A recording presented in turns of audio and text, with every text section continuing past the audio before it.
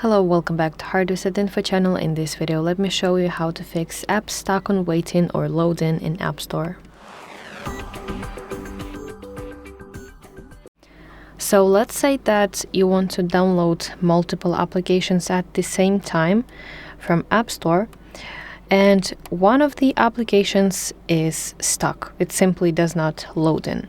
So in this case, you want to long press the application icon that is stuck, like this, and from the menu select Prioritize Download. And that means that only this application will start loading, and only after this application is downloaded to your device, the rest will start downloading as well. Sometimes the connection just needs some reset. And in this case, you need to tap the icon once to pause the download, and then wait a few seconds and tap the application icon again to resume the loading.